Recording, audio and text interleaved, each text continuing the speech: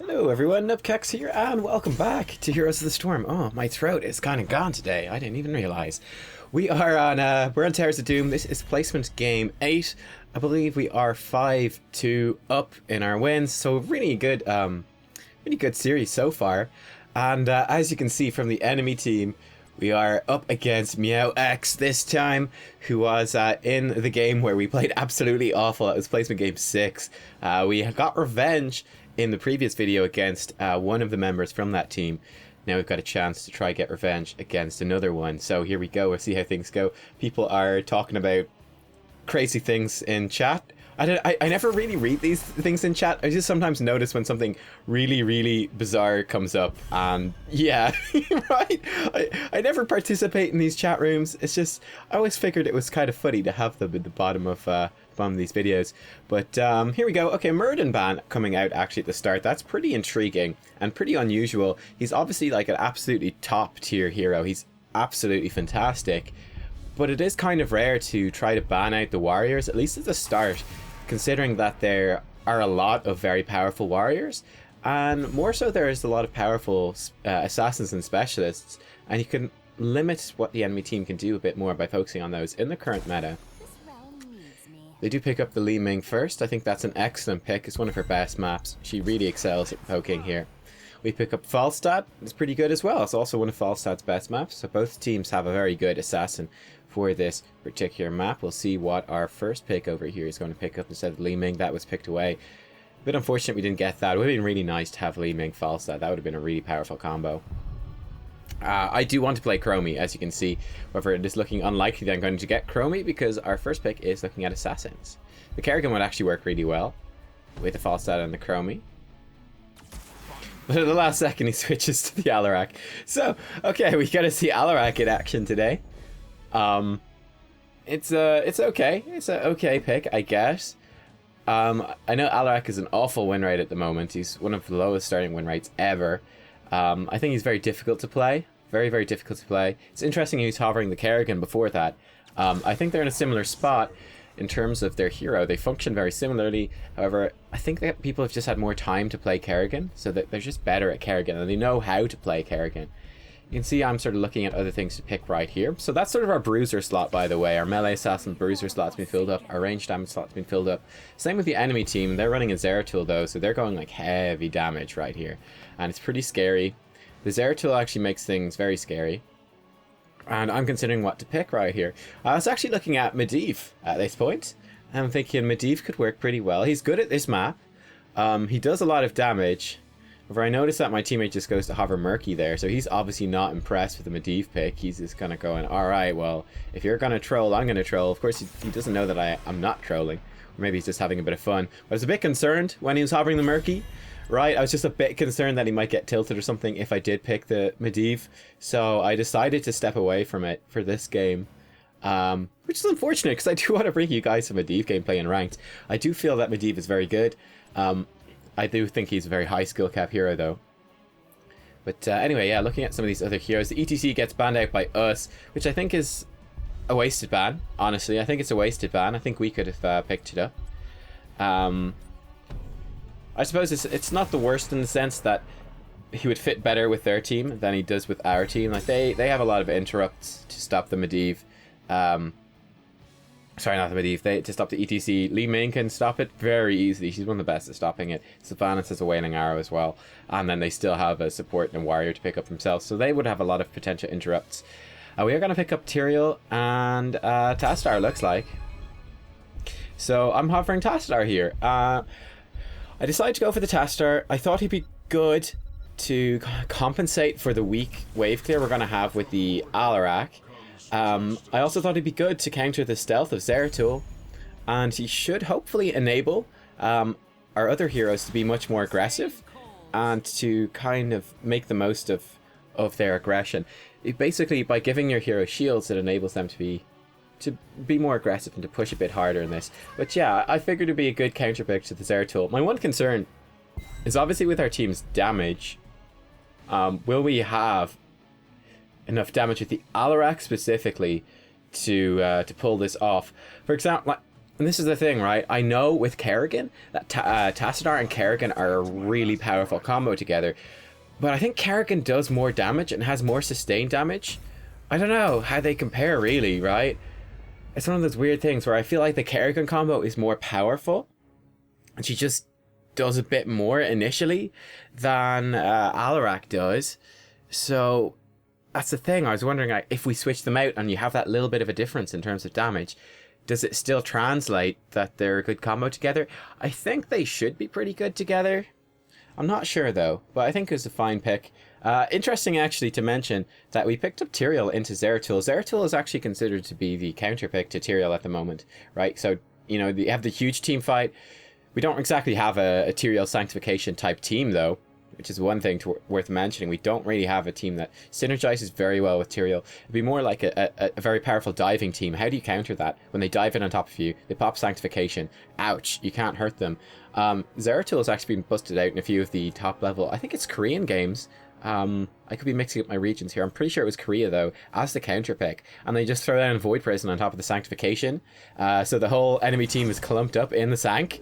You catch them with the Void Prison. Sanctification doesn't go inside the Void Prison because it's on the ground. So it just expires and then they all come out of the Void Prison clumped up and you can get a lot of damage down on them. It's a pretty cool little combo, cool little trick. So that's something worth mentioning and worth noting.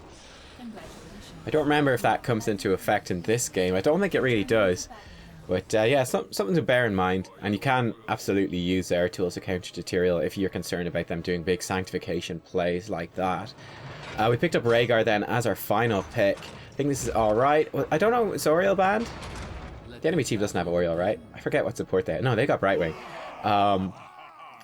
Yeah, I don't know. We would really want a high damage support. I'd say like a Tyrande would have worked really well too.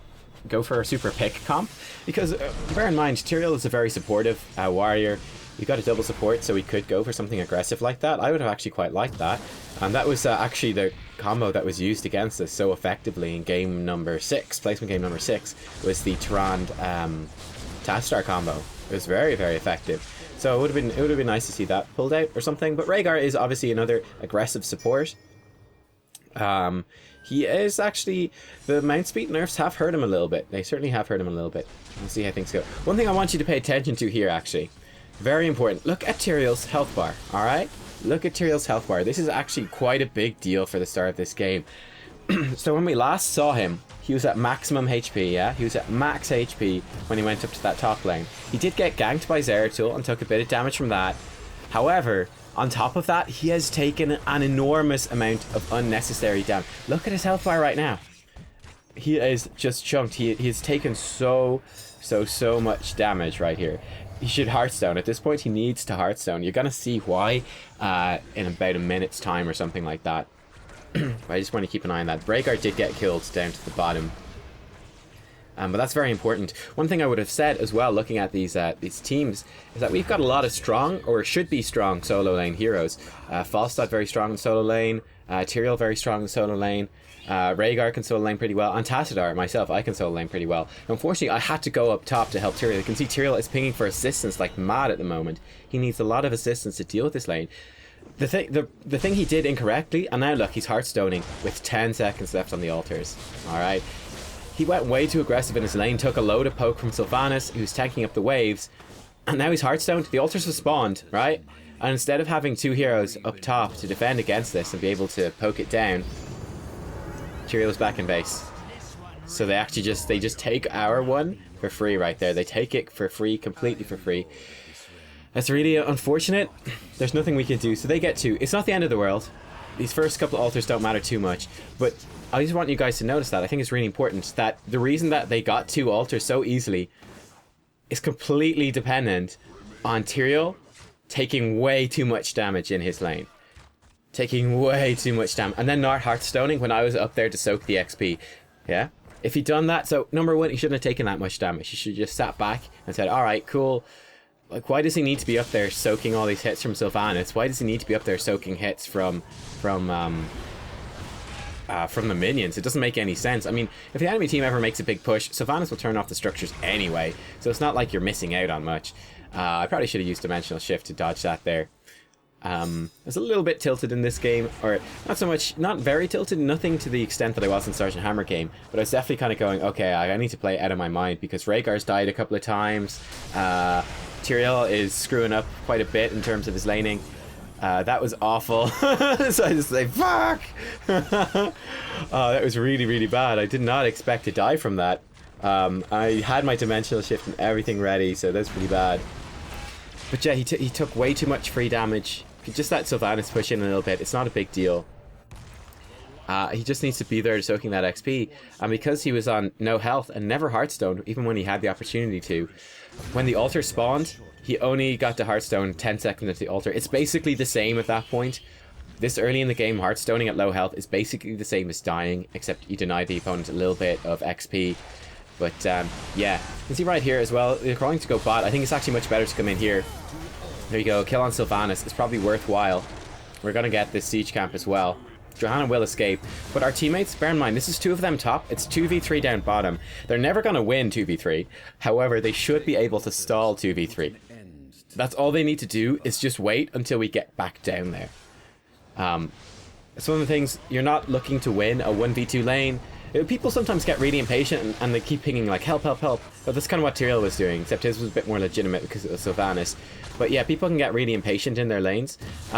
Just be more patient. If you're in a 1v2 lane, yes, you're going to lose the lane, but that's fine. Your whole goal in that lane is just to stay there. It's just to not die, to try to preserve your structures, and to soak the experience. Your team is going to be winning the rest of the map because they've set 2 heroes to deal with you. You can see I'm kind of soaking up some of the damage here and some of the attention of the enemy team by going through my positioning. Where Rhaegar dies again. Alarak had died really early in the fight. I don't know how, but he did. And that really put us off. I went in to interrupt that, which is pretty bad. That's definitely tilt right there. That's definitely tilt right there. Being like, alright, if you guys can't do this, I'll do this. But yeah, you can see that I instantly knew that was a really, really stupid thing to do. I'm just getting a bit annoyed by this game, honestly. But yeah, as you can see, I'm pointing out the hero damage. Really, really shocking stats right here, right? Our Falstad and our Alarak have awful hero damage. This early in the game, really bad, really low hero damage. So that's clearly a massive issue for them. Running double support, which is the purpose of which is to enhance your melee, well, primarily with Tatsular it's to enhance your melee assassins, but it also enhances your range assassins. It's just to enhance your damage dealers, to enable them to do their damage much more effectively and safely. And we're running double support, but they're not actually doing any damage still. So that's a major issue for this game. You see they've just died again. So we're getting thoroughly outplayed at the moment, I would say. We're only a level behind, which isn't terrible, but we're a fair few shots down. If we can get level 10 before the next phase, it won't be so bad. But we're getting outplayed on quite a substantial scale, I would say, at this stage. It's not looking good, just in terms, and this is what's going through my mind as I'm playing the game. I'm like, it's not looking good in terms of how our team is performing. It's not like, you know, we're being understandably outplayed or something like that. It's a feeling that stuff is going quite drastically, quite radically wrong. See, once again, positioning fairly aggressively here. I actually forgot I switched Force Wall off Quick Cast so I could place it more effectively. I kind of forgot that going into the game. It's like, oh shit, what? Oh crap, I have to go to press it. But I do work it out at that stage, and we'll see how things go. So as you see, the Alarak combo does miss in that situation. It's like, if you can't land the combo, it's not going to go well. Zeratil's going super hard right here. Actually goes back in to try to kill me, and he does pick up the kill, but he dies himself and he uses Void Prison. So that's actually a positive trade for us. That's actually a really good trade for us. You know, we trade one hero for one, but we also get a Void Prison, which is one of the longest cooldown heroics and most impactful heroics in the entire game. He also gives that up. I think if he'd just not used that, it would have been better off. But obviously it was a close thing, and if he had escaped with that, it would have been worthwhile. Falstad just about caps that, which is pretty good. And we'll see if we can take the other one here. Zeratil has respawn right now, so we have to be a little bit scared. Gotta give Tyrael a shield. Perhaps I should have given the shield over to the Falstad right here.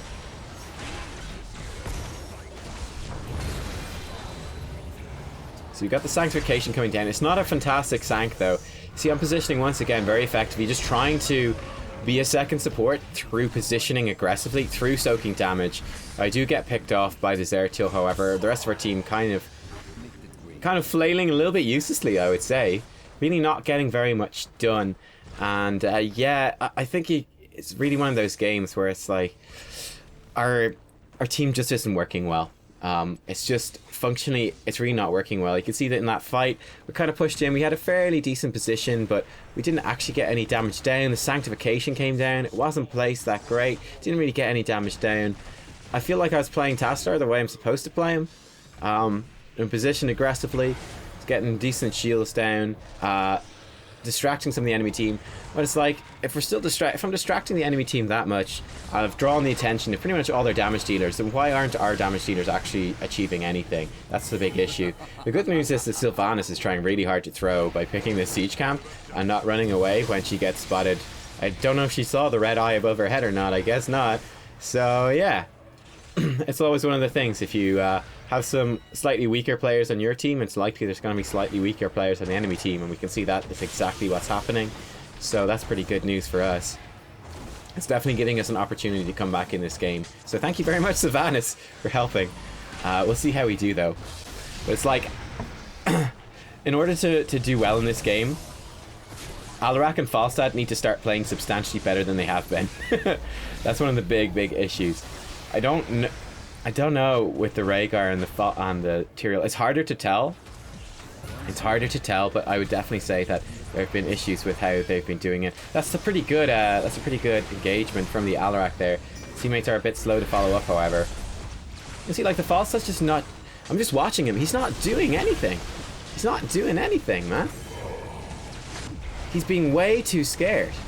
Yeah, I definitely call that out. Watching this right now, being way too scared. I'm like, I don't know if he realizes that he has a basic attack. He's barely using it at all. So that's definitely a weakness. That's pretty good, though. We've turned the fight around a little bit. However, the reason that we're winning this fight, that's also a really bad sank. The reason we're also winning is because Sylvanas has gone bottom and picked up an altar. So that's why we're winning that fight. I think that's pretty bad. We barely win a 5v4. That's pretty bad, right? To go back to what the Falstad was doing, though, watching that team fight, I was kind of watching and going, oh, dude, he's missing out on so much damage there, so many basic attacks. He wasn't actually in any danger throughout that, especially not with double support. He needs to be much more aggressive, knowing that if he does start to get focused down, he's going to have double support being able to back him up. But fundamentally, looking at that fight, there were several moments where it's like, you could be getting basic attacks down this Johanna. You could be churning out this constant DPS on Johanna, and you're not doing it. You're just running in circles. Presumably running scared of their burst, but their dive and stuff with Li Ming and Zeratul. But those two heroes are busy with other heroes at the front. They're not actually able to attack you. And yeah, then it makes the team fight fall apart. If he's going a bit, he's obviously scared and obviously got ganked a bit by the Zeratul at the start of the game. You need to not be scared. You need to still play as best you can and rely on your supports. The reason that it's falling apart so much, couldn't quite get the angle on the force wall there, unfortunately. That could have been potentially killing Johanna if I got the force wall at the proper angle. Yeah, you need to play your role effectively and play it well in the team fight. If you don't, you make everyone else suffer. I mean, that was one of the big things from our placement game 6, right? Was that the pick of you can see here, like they're so far back, right? Zeratul is jumping in and poking us, and Alarak and everyone they're just way back. They've got shields on them and they're just way back in the team fight. They're running scared. You can't do that. Sorry, to finish that thought, placement game 6, we had the bruiser pick instead of the main tank, and because he couldn't tank, he couldn't peel. The rest of us all did way worse. Unfortunately, I die right here. That's pretty bad. I was kind of looking around. It was actually the Rending Cleave, the level 16 talent, picked me off. That's kind of annoying. That's kind of very annoying. It was my fault, though, but you could see that I was kind of looking around the map.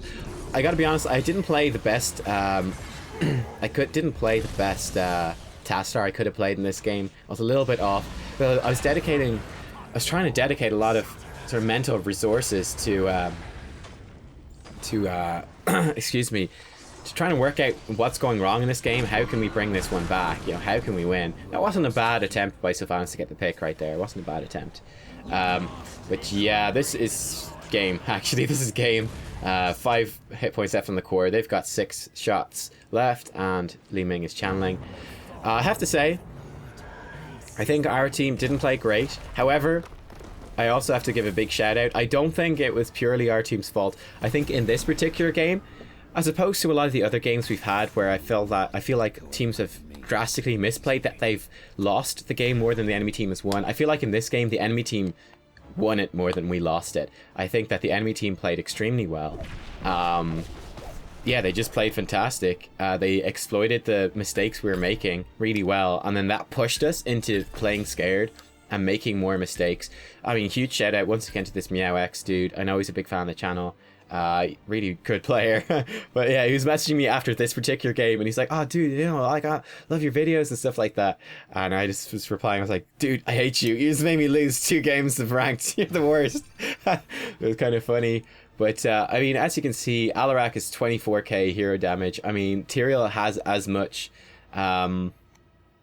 You can see the enemy damage dealers in the enemy team is far more damage down.